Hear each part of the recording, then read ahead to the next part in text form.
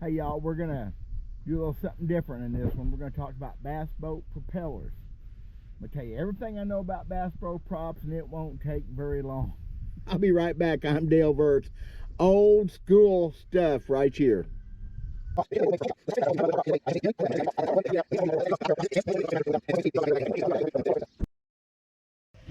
So like usual, y'all, I'm gonna do this thing unscripted and unedited, hopefully.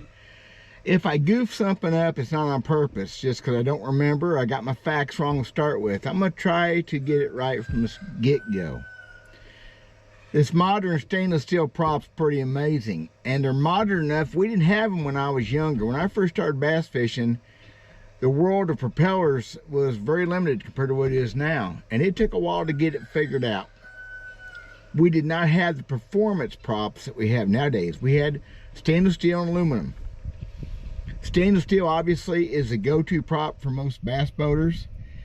It benefits anybody with any kind of boat over, say, 90 horsepower is where the big benefits come in. Of course, the big V6 and V8 engines and up, that's where it really works. It's what makes a boat perform.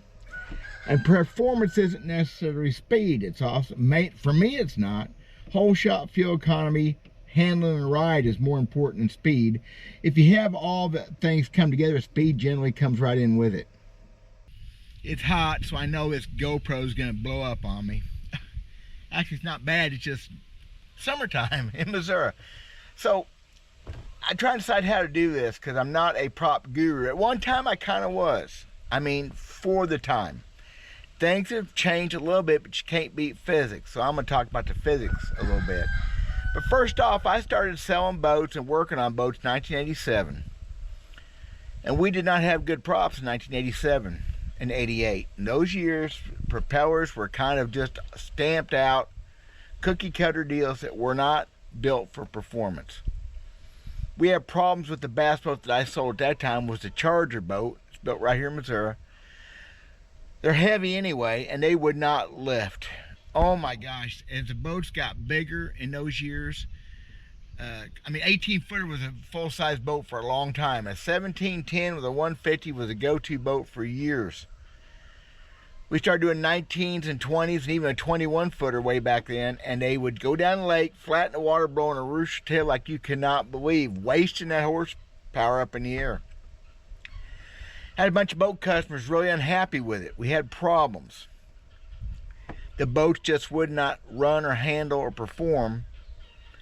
So I got a hold of the owner of Charger Bass Boats, Bob Cox, at that time. He met us, about 6 or 8 boat owners and us from the dealership at a ramp, and we spent the afternoon and evening working on props, and I learned a lot right then, even though we didn't have the props to work with. It was a very entertaining, I wish I'd had a notebook and a camera at the time, but I learned a lot. All those things I learned that evening and afternoon from Bob Cox really don't matter anymore because we finally got props built for our specific purposes. But what I did learn was for a couple of years there, I got good with a ball peen hammer or two before. I had people buy me lunch and dinner a few times because I got their props working better for them in a marina somewhere by hammering out a blade and getting a little bit of tip in the end of the ears to make the boat work better. I'm going to talk about that in just a minute. One of the most interesting things to me is the history of performance props and how much of it comes right here to my home in Missouri. Down around Table Rock Lake, there was guys like Richard Jennings and Gary Pendergrass. They're the ones that really invented high performance props as far as I know. I mean, there may be other people on the edge of it also, but these guys come out with super neat new designs. With blades with more swept back, more cup in the ends, different shaped ears, different style blades. And that's what makes a boat work, making that thing more efficient. And they had really cool names for some of their props. And I remember back in the day meeting these guys, especially Gary Pendergrass, he was a hoot.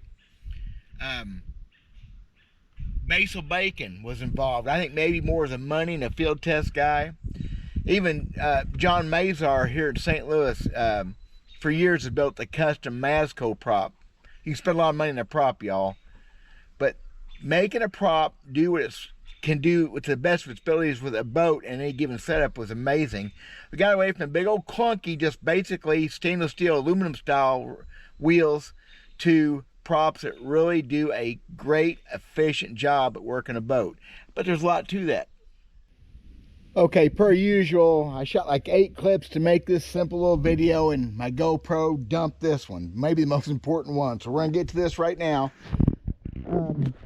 I'm fortunate I have 4 stainless steel props. I have one from a different lifetime ago, was a spare back in the day. I've got the one that come on my boat, was this one here. My guru boat buddies at Laurie Marine at Gravois Mills, Missouri have got me 2 more. The new one on the boat now is 4-blade. So it's nice to have a selection. Now, all these props, well, these 3 work on the boat. I haven't tried my old prop. It's basically the same as this one. So what we're going to talk about real quick is what these blades do. What the difference was over the years that they made to make these things work. Across the board, what makes a boat go forward, that's simple, forward and lifts the boat itself, the hull, is the blade face right there. That's what picks the boat up and makes it go forward. Ski boat, bass boat, anything. The trick to modern props was the rake, sweeping the blades back, and putting an edge on them that did several things. A little cup in the ends of the ears, and what that does, that lifts the nose up. That's where you get your extra speed. You start picking the whole boat up and you get the nose lifted. And that was kind of the trick. Now, that's the way it was. I don't know how it's changed very much. The body of the blade picks the boat up. The end of the ears, the tips, that leading edge and trailing corner picks the nose up.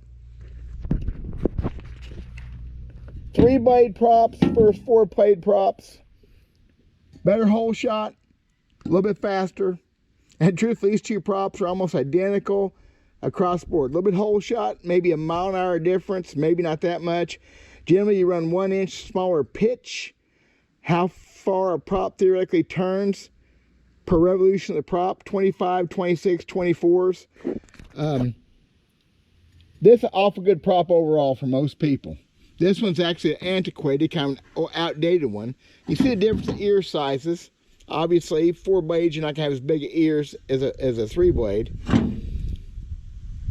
The trick in a stainless steel prop is having it right pitch for your boat and the right for whatever you're doing as far as the load you're handling, what you want, what you expect out of that boat. That's just all there is to it. I could do a whole video on prop maintenance, prop care, checking hubs, removable hubs against solid hubs. The removable hubs are pretty cool for the most part. Inspecting a prop, yearly maintenance on a prop maybe. I've seen blades sling off of them. Bad things can happen. Most of these designs are pretty much proven now. I could do a whole video on prop maintenance and what to look for. It'd be boring though. So of course what happened, once we got props made that would pick the whole hull up, and we got props that would then lift the nose, it also picked the boat up even more, and that's where we got our speed. The rooster tails came down, the thrust was propelling the boat forward, and it made such a world of difference. Yamaha was the first company to come out with a prop that had that stuff down. The Japanese, whatever, had the first performance bass boat prop from what I remember, and we started trying to learn how to make them fit on our other motors. Actually, I think OMC with their Raker was the next one. I think Mercury come in third, and nowadays it's wide open. Yeah, another thing to point out is these ventilation holes. Pretty ingenious. Right here in the barrel of the main body of the prop. These are plastic plugs that can be changed size-wise, can be pulled out, can be completely sealed off.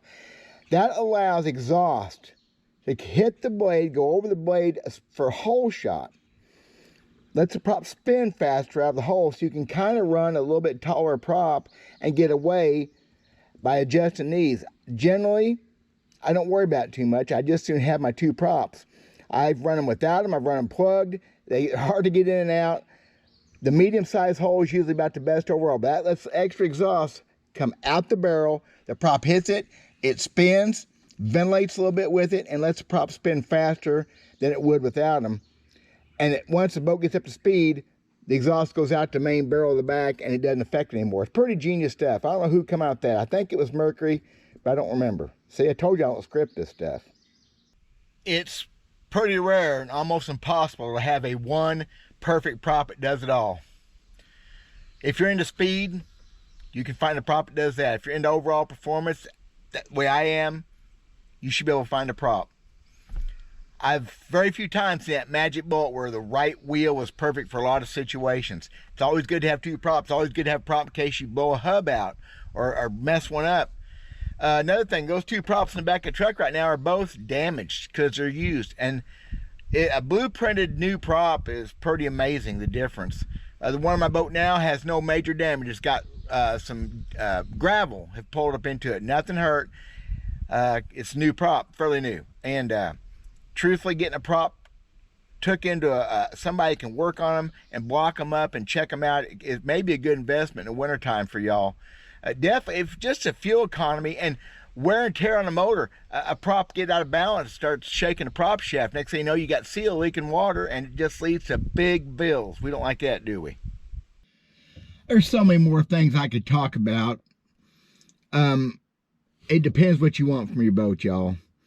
But if this time of year, water's warm all over the country, if you're not getting, say your motor's 5,800 wide open throttle, 1,500 RPM, you're not running 54 to 5,500 with a fairly loaded boat, and you have a 7 or 8 second hole shot, you are hurting your equipment. Just because you have a bigger prop does not necessarily mean you're going to have a faster boat. That's a mistake, man. I've seen people make that. They read on the interweb or they hear somebody run a 26-inch prop, say go from their 24 that's got them going 65 mile an hour. They step up and they break things. They're disappointed. Every boat's not the same. Every motor's not the same. And every prop ain't the same. Matter of fact, I could do a story about blueprinted bass boat hulls. The difference between the first hull ever out of a mold and 100 boats later, there's a difference. And everything has to come in to play. Weather, humidity, temperature, water temperature. I don't know, maybe the way you hold your mouth. There's a difference. If anybody has one of those old protester props from Springfield 1989 era, I'd like to have one to put on the wall.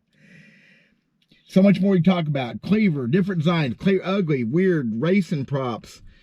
I don't care about none of it. I sure don't care about wide open throttle anymore, except to know where my boat is running so I know that I got the right setup for me to save the equipment, to get better fuel economy, on and on. I love a boat that handles good at 40, 45 mile an hour, and mine, truthfully, is not quite there. I don't really know why. I only ran this boat, that boat, same kind of boat, in 98 with a 200 EFI like I have now. I only ran it for a few months. After that, I always had Optimaxes, and there's a world of difference in those two motors and how they handle the boat. So this one, it runs good. It just doesn't run like I think it should at mid-range, but it runs good everywhere else. And I'm not no race anyway. I'm fishing. Hope this helps y'all. Anything you like about it, let me know. If I screwed up something, let me know. God bless you guys. Talk at you later.